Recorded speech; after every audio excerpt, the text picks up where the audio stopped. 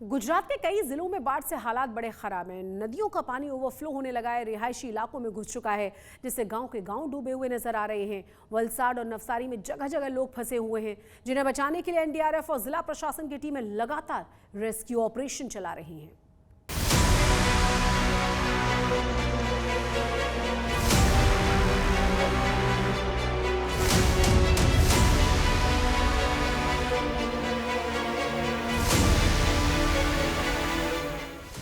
ये तस्वीरें खौफ से भर देने वाली है।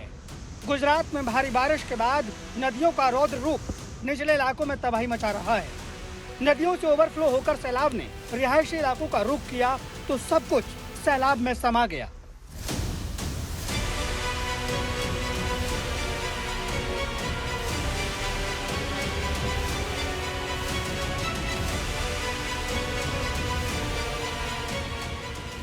गुजरात के वलसाड में हालात सबसे ज्यादा खराब हैं। औरंगा नदी हाई टाइड की वजह से आसपास के रिहायशी इलाके पूरी तरह से डूब चुके हैं। सड़कें दरिया बन चुकी है और घर तालाब में तब्दील हो चुके हैं। कुदरत के क्रोध के आगे लोग लाचार दिखाई दे रहे हैं। काफी रात को काफी हैवी बारिश हुई है, बहुत ज्यादा बारिश हुई, तो उसके चलते पूरे नाला भी बंद है और छोटा नाला बंद है। आजाद नगर और बहुत सारी जगह पे पापी में पानी भर गया है और उसके चलते आज सुबह में जो स्कूल के बच्चों है उनको जाने में तकलीफ हुई और जो नौकरियात लोग हैं, जो यहाँ से जो नौकरी अपने काम धंधे पे जाने वाले सभी लोग परेशान हुए हैं और ये भारी बारिश के चलते सभी लोग परेशान हैं। इन हालातों के बीच एनडीआरएफ ने मोर्चा संभाला और घरों में फंसे कई लोगों को आधी रात को रेस्क्यू करके शेल्टर होम पहुंचाया। इसके अलावा जो लोग फंसे हुए हैं उनके लिए खाने और पीने के पानी पहुंचाने की कोशिश की जा रही है। 7 पर्सन यहाँ पर फंसे हुए हैं क्योंकि आज कंटिन्यू बारिश भी हो रही है। साथ ही साथ हाई टाइड की वजह से जो औरंगा रिवर है उसका पानी है वो जो भी नियरेस्ट जो लो लाइन एरिया है उसमें आ गया था और इस वजह से यहाँ पर भी पानी एंटर कर गया और इस वजह से 7 पर्सन थे। बताया जा रहा है कि ये मछली पकड़ने का काम करते हैं, इस वजह से वहाँ पे फंस चुके थे और इनके पास कोई ऑप्शन नहीं बचा था बाहर निकलने का क्योंकि वहाँ पर पानी का लेवल वो काफ़ी ज़्यादा बढ़ चुका था। इसके बाद में हमने बोट के द्वारा इनको FWR ऑपरेशन की मदद से इनको बाहर निकाला है। औरंगा नदी के पास कश्मीरा इलाके में भी कई टीमें राहत बचाव के काम में दिन रात जुटी हुई है। इस इलाके से अब तक 400 से ज्यादा लोगों को निकालकर सुरक्षित जगहों पर पहुंचा दिया गया है। जो लोग अभी भी फंसे हैं उनसे सरकारी मदद पहुंचाने तक घरों में ही रहने की अपील की जा रही है। लास्ट 3 दिन से वलसाड डिस्ट्रिक्ट में जो फ्लड की सिचुएशन बनी थी औरंगा नदी में, उसकी वजह से जो लो लाइन एरिया था हमारा, उसमें से हमने करीबन 160-62 लोगों को वहाँ से स्थलांतर करवाया था। रामलला मंदिर में उनको हमने निवास स्थान दिया था। वहाँ उनकी सुखाकारी के लिए मेडिकल कैंप भी लगवाया था। उनका खाने का सोने की सारा प्रबंध किया था। अभी पर वहाँ पर 150 लोग हैं। बाकी के जो लोग थे लो लाइन एरिया के अपने रिश्तेदारों के यहाँ चले गए थे। औरंगा नदी में इतना पानी आ गया है कि ब्रिज के ऊपर से पानी बह रहा है। ऐसे में प्रशासन ने इस पुल को आने जाने के लिए बंद कर दिया है।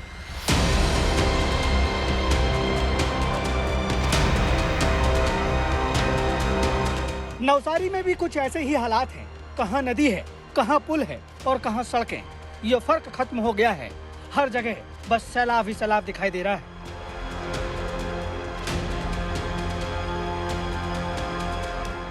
लगातार हो रही भारी बारिश की वजह से पूर्णा, कावेरी और अंबिका नदी में बाढ़ आ गई है।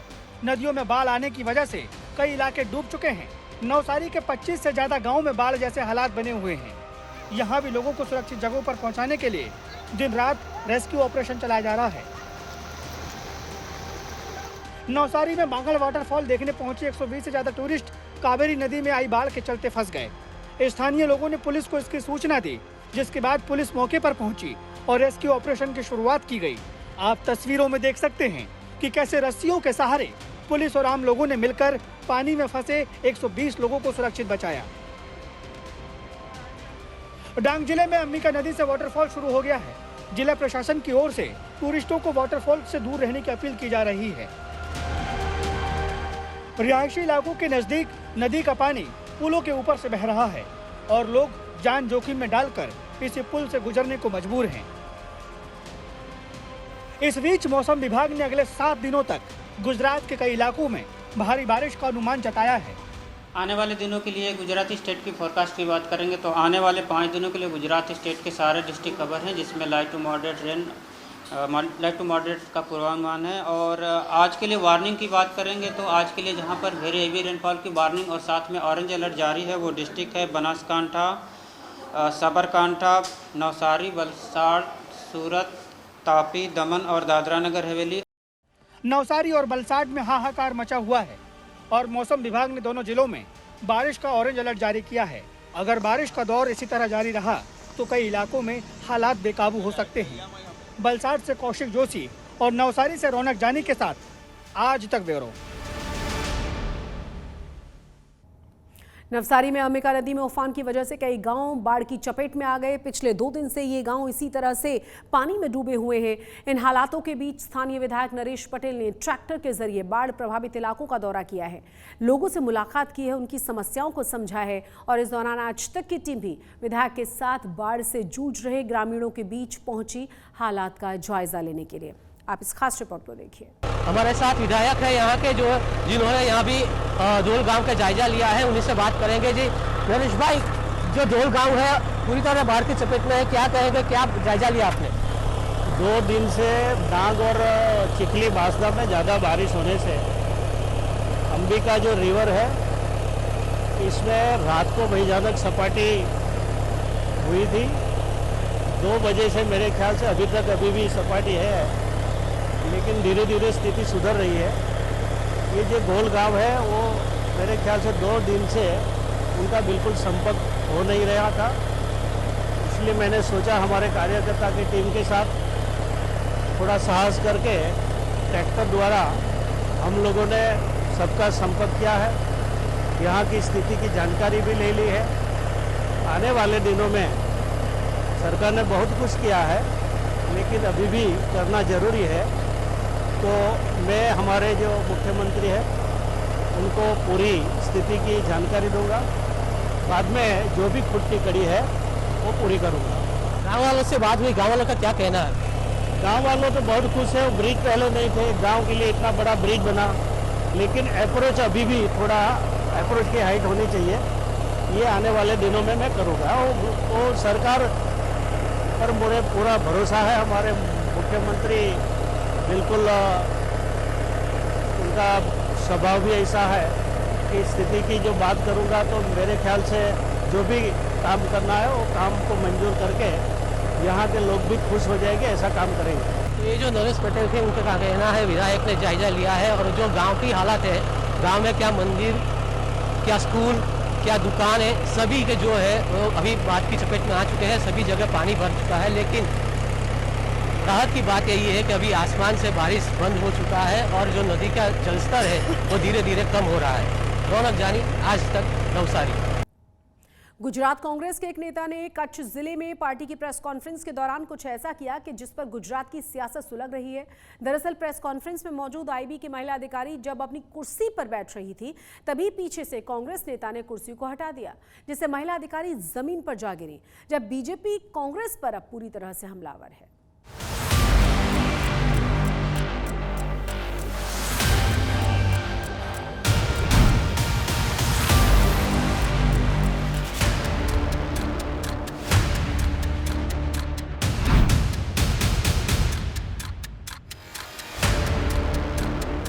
इन तस्वीरों ने गुजरात का सियासी तापमान बढ़ा दिया है।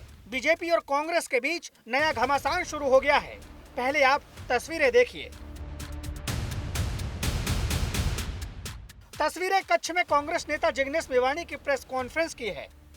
जिग्नेश मेवाणी मीडिया के सामने अपनी बात रखना शुरू करते हैं, तभी इंटेलिजेंस ब्यूरो की महिला अधिकारी रीना वेन कुर्सी से उठती हैं और अपने मोबाइल में कुछ रिकॉर्ड करती हैं।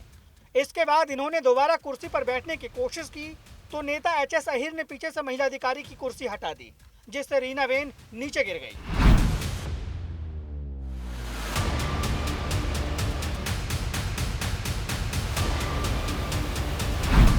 आईबी अधिकारी रीना वेन की शिकायत पर पुलिस ने कांग्रेस नेता के खिलाफ एफआईआर दर्ज कर आगे की कार्रवाई शुरू कर दी है।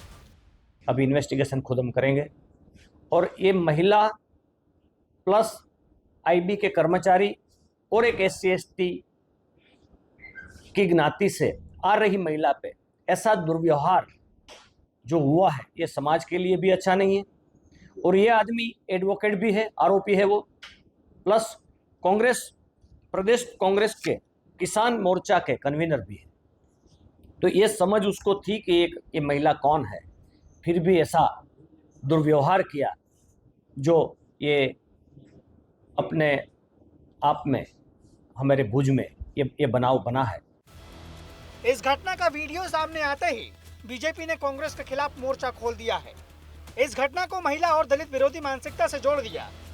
गुजरात के गृह राज्य मंत्री हर्ष संघवी ने ये वीडियो सोशल साइट एक्स पर पोस्ट करके लिखा, कांग्रेस की मानसिकता हमेशा से महिला और दलित विरोधी रही है।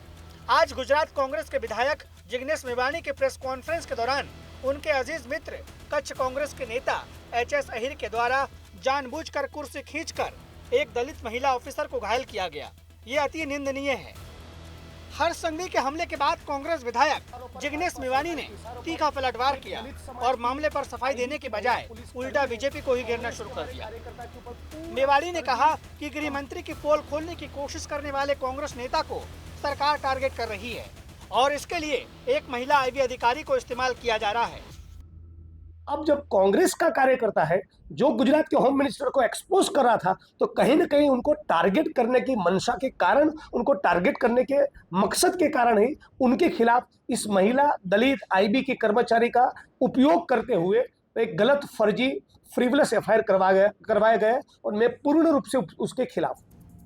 कांग्रेस एच.एस. अहिर का बचाव करने की कोशिश कर रही है तो बीजेपी इस घटना के बहाने पूरी कांग्रेस पार्टी को टारगेट कर रही है।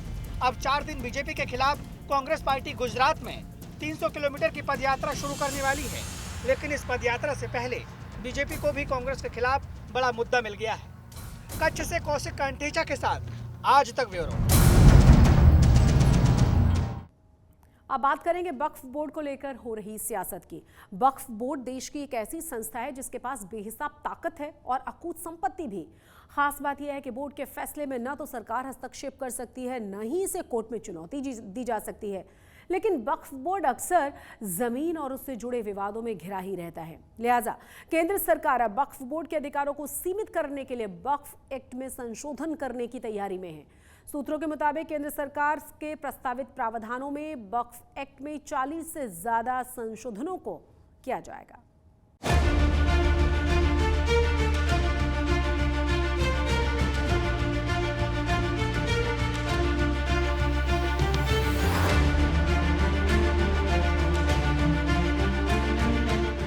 वक्फ एक्ट में संशोधन की तैयारी। वक्फ की बेहिसाब ताकत पर लगाम।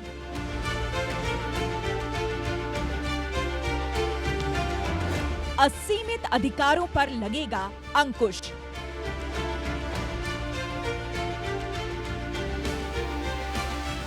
चालीस से ज्यादा संशोधनों पर लगी मुहर। संशोधन से बदलेगा वक्फ बोर्ड का रूप।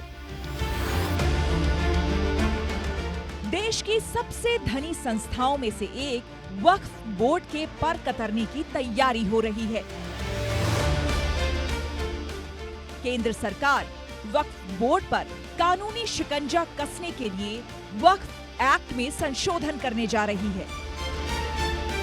सूत्रों के मुताबिक कैबिनेट में वक्फ एक्ट में 40 संशोधनों पर मुहर लगा दी गई है। इन संशोधनों के माध्यम से केंद्र सरकार वक्फ बोर्ड की शक्तियों को कम करने की तैयारी कर रही है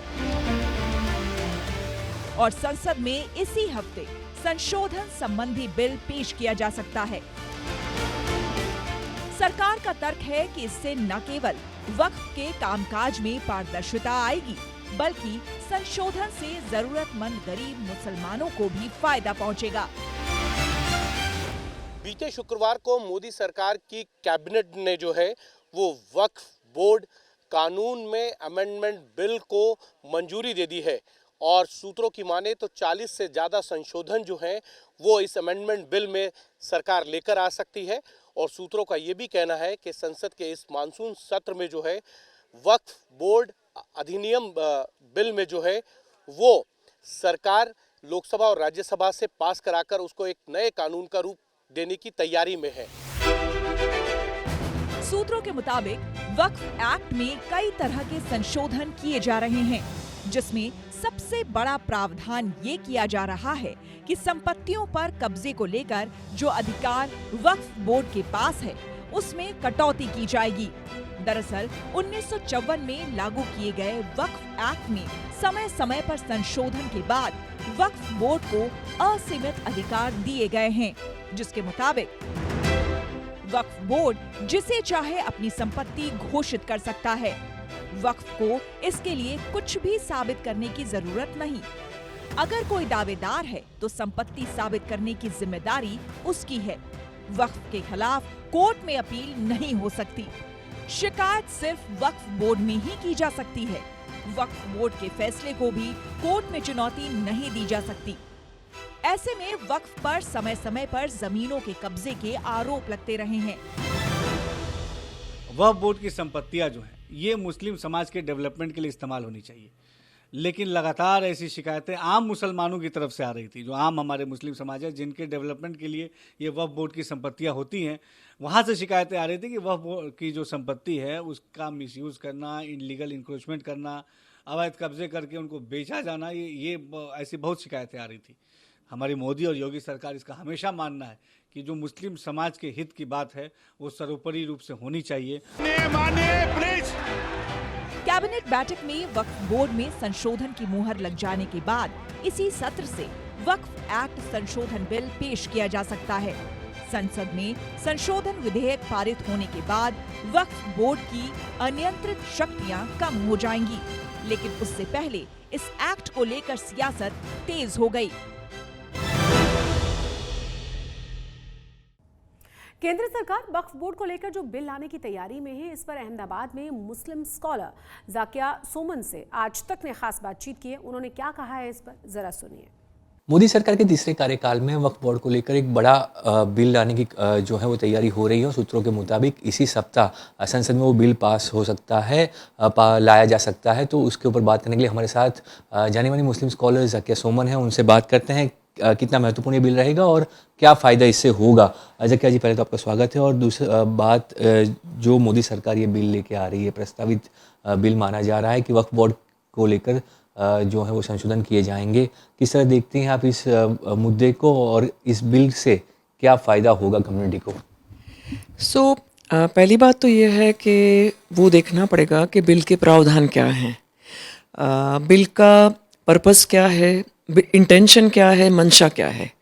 क्योंकि वक़्फ़ का जो मुद्दा है वो बहुत ही महत्वपूर्ण मुद्दा है, इस बात में कोई दो राय नहीं है।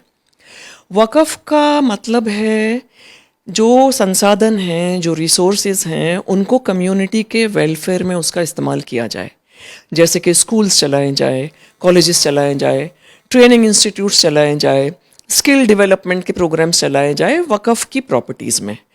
लेकिन अनफॉर्चुनेटली जो हमारे देश में जो एक चलन रहा है और जिस तरह का इतिहास रहा है, तो वक़्फ़ की जो प्रॉपर्टीज़ हैं ज़्यादातर मिसमैनेज्ड हैं और ज़्यादातर के ऊपर इलीगल कब्ज़ा है।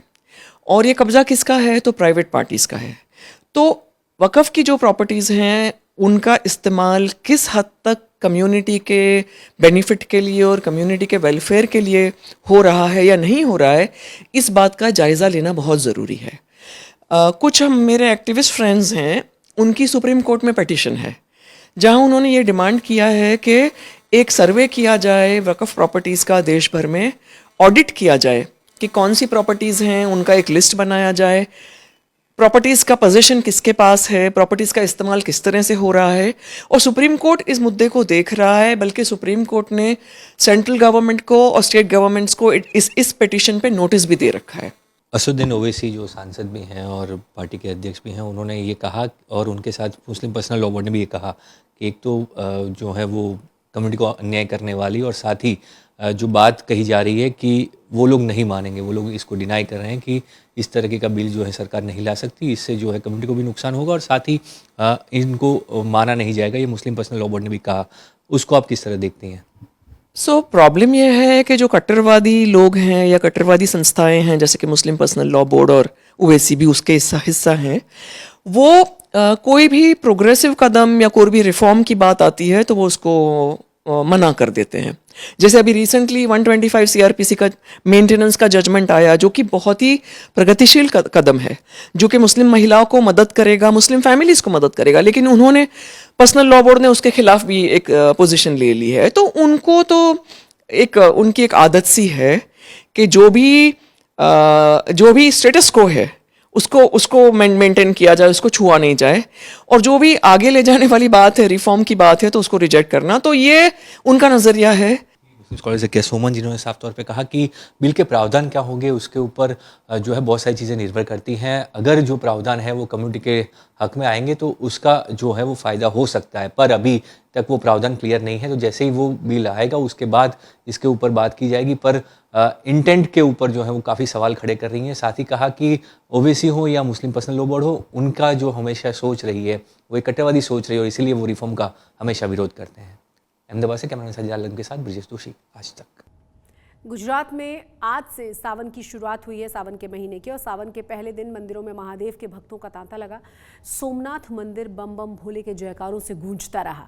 वहीं वडोदरा में भोले की एक नन्ही भक्त ने अनोखे ही तरीके से भगवान शिव की आराधना की।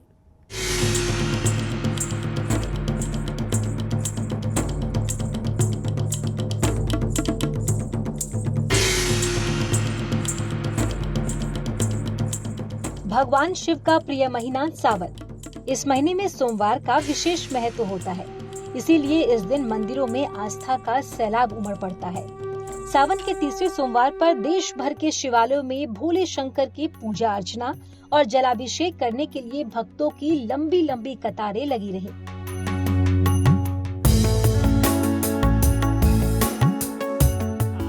गुजरात में आज से सावन महीने की शुरुआत हुई है। सावन का पहला दिन और पहला सोमवार होने पर विश्व प्रसिद्ध सोमनाथ मंदिर के कपाट सुबह 4 बजे ही खोल दिए गए। यहाँ सुबह से ही शिव भक्तों का तांता लग गया। भक्त महादेव के दर्शन पूजन के लिए लाइन में खड़े नजर आए। सोमनाथ हर साल आते हैं और हमें बहुत अच्छा लगता है, यहाँ आने मन की शांति मिलती है।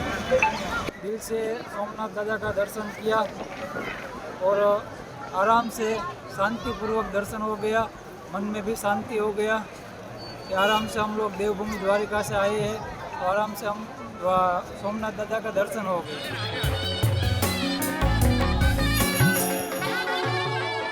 यहाँ सोमनाथ महादेव की दिव्य पालकी यात्रा भी निकाली गई।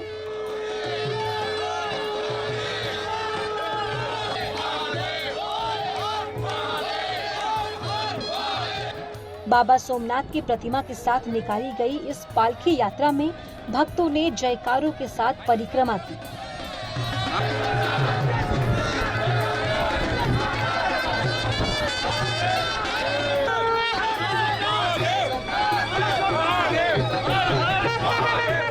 सावन के पहले दिन वडोदरा में एक 6 साल की बच्ची वाणी पटेल ने भगवान शिव के प्रति अनूठी भक्ति दिखाई।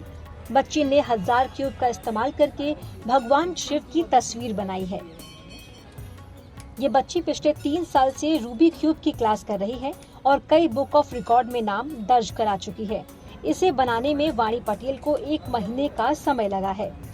वो 3 इयर्स की थी तब से घर से शुरू किया था। रूबिक्स क्यूब सॉल्व कर रही थी, सिंगल फेस बना रही थी। फिर उन्होंने मैंने क्लास में रखा और फिर क्लास में से ने बहुत सारे क्यूब 16 क्यूब अभी सीख लिए हैं उन्होंने।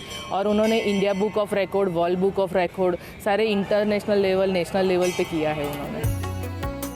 सावन के महीने में भगवान शिव को कोई जल अर्पित करता है, कोई दूध तो कोई बेलपत्र अर्पित करके भगवान को मनाने की कोशिश करता है। मान्यता है कि इस महीने में भोले शंकर सबकी मनोकामना पूरी करते हैं। ऐसे में महादेव की इस नन्ही भक्त ने अपनी आस्था इस तस्वीर के जरिए उकेरी है। इस तस्वीर को वडोदरा के काशी विश्वनाथ मंदिर में रखा गया है। वडोदरा से दिग्विजय पाठक के साथ आज तक ब्यूरो। आज तक गुजरात के स्पेशल बुलेटिन में आज के लिए बस इतना ही, लेकिन देश और दुनिया की तमाम बड़ी और अहम खबरों के लिए आप देखते रहिए आज तक।